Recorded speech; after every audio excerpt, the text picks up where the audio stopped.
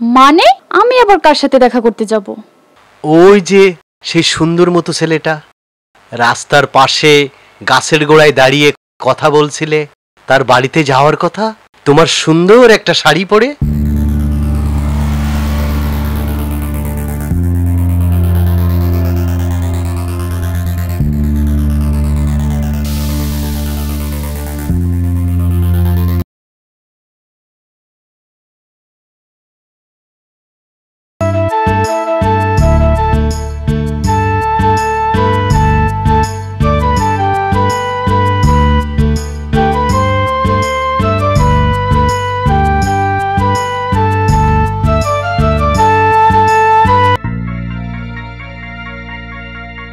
কি নীলা না? নীলা ওইখানে দাঁড়িয়ে কার সাথে কথা বলছে? হ্যাঁ, নীলাই তো। কিন্তু ওখানে দাঁড়িয়ে নীলা কার সাথে কথা বলছে? যাই একটু এগিয়ে দেখি। দেখো, এভাবে রোজ রোজ দেখা করতে পারবো না। ও যদি টের পেয়ে যায় তাহলে কিন্তু একটা অঘটন ঘটবে। ধুর, আরে কিসের অঘটন? তুমি তাকে ভয় পাও নাকি? তোমার যে স্বামী গেও খ্যাত, আমি মাঝে মধ্যে চিন্তা করি তুমি এরকম একটা স্বামীর সাথে এখনো সংসার করছো। তোমার রুচিবোধ দেখলে না খুব খারাপ লাগে। আমি হলে তো কবেই ডিভোর্স দিয়ে দিতাম। আমাকে না এখন যেতে হবে, ওর অফিস থেকে আসার সময় হয়ে গেছে। কি একটা শাড়ি পরে এসেছো আজ, মোটেই ভালো লাগছে না। শোনো, যেদিন আমার বাসায় তোমাকে নিয়ে যাব সেদিন কিন্তু সুন্দর একটা শাড়ি পরে আসবে। আচ্ছা ঠিক আছে, আমি এখন যাই, তা না হলে ধরা পড়ে যাব।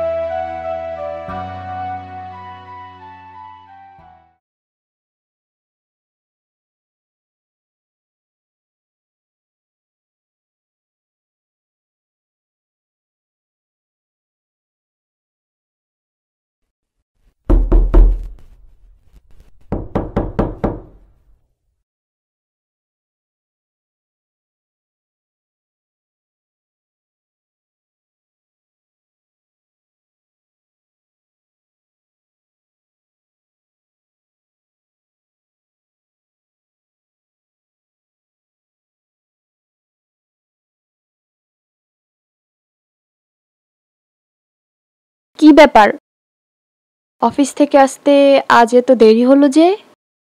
আর বলো না, অফিস থেকে ফিরে আসার সময় হঠাৎ একটা কথা মনে পড়ে গেল, তাই আবার বাজারে গেছিলাম। কি এমন কথা যার জন্য আবার বাজারে যেতে হলো? দেখো, এই ব্যাগের ভিতরেই আছে।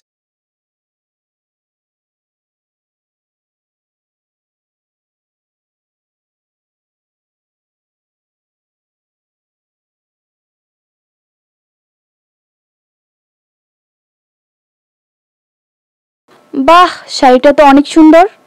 কার এটা? আমার? হ্যাঁ,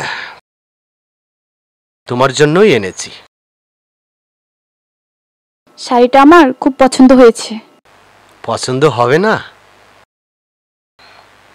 কয়টা দোকান ঘুরে ঘুরে এই শাড়িটা কিনেছি জানো? আরে তুমি দেখা করতে যাবে, আমি একটা সুন্দর শাড়ি কিনে না দিলে তুমি যাবে কি করে? মানে আমি আবার কার সাথে দেখা করতে যাব? ওই যে সেই সুন্দর মতো ছেলেটা, রাস্তার পাশে গাছের গোড়ায় দাঁড়িয়ে কথা বলছিলে, তার বাড়িতে যাওয়ার কথা, তোমার সুন্দর একটা শাড়ি পরে।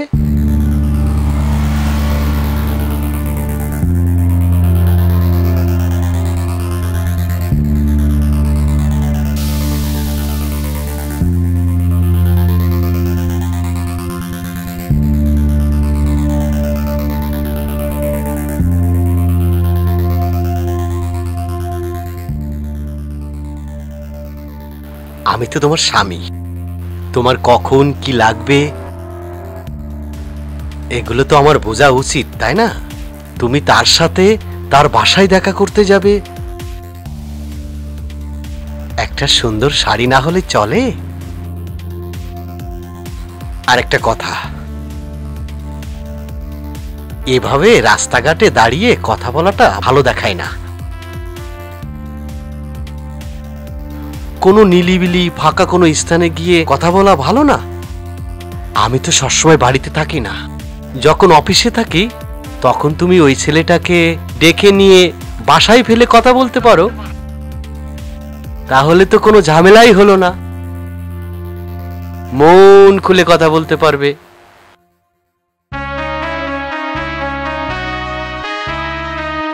দেখো, আমার ভুল হয়ে গেছে, এমন কাজ আর কখনো হবে না। এবারের মতো আমাকে ক্ষমা করে দাও। তোমাকে ঠকানো আমার উচিত হয়নি, প্লিজ আমাকে ক্ষমা করে দাও।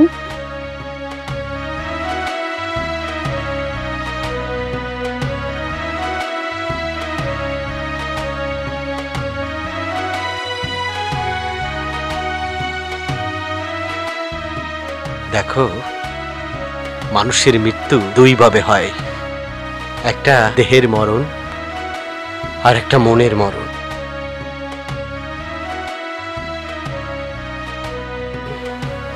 দেহের মরণ হলে মানুষ মুক্তি পায়,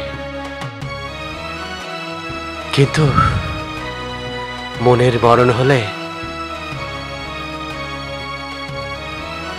মানুষের সারা জীবন কষ্ট বয়ে বেড়াতে হয়। তোমার মন যদি তাকে চাই, তাহলে তোমার তার কাছে যাওয়া উচিত। শুধু শুধু আমার কাছে থেকে তুমি তোমার মনের মরণ কেন ডেকে আনছো? দেখো, আমি বুঝতে পেরেছি আমার এই ধরনের কাজ করা উচিত হয়নি। তুমি শেষবারের মতো আমাকে ক্ষমা করে দাও, এমন কাজ আর কখনো আমি করব না। ঠিক আছে, তোমাকে আমি ক্ষমা করে দিলাম, তুমি তো আমার বউ। যাও, অনেক খিদে পেয়েছে, খেতে দাও। ঠিক আছে, তুমি ফ্রেশ হয়ে নাও, আমি তোমার খাবার দিচ্ছি।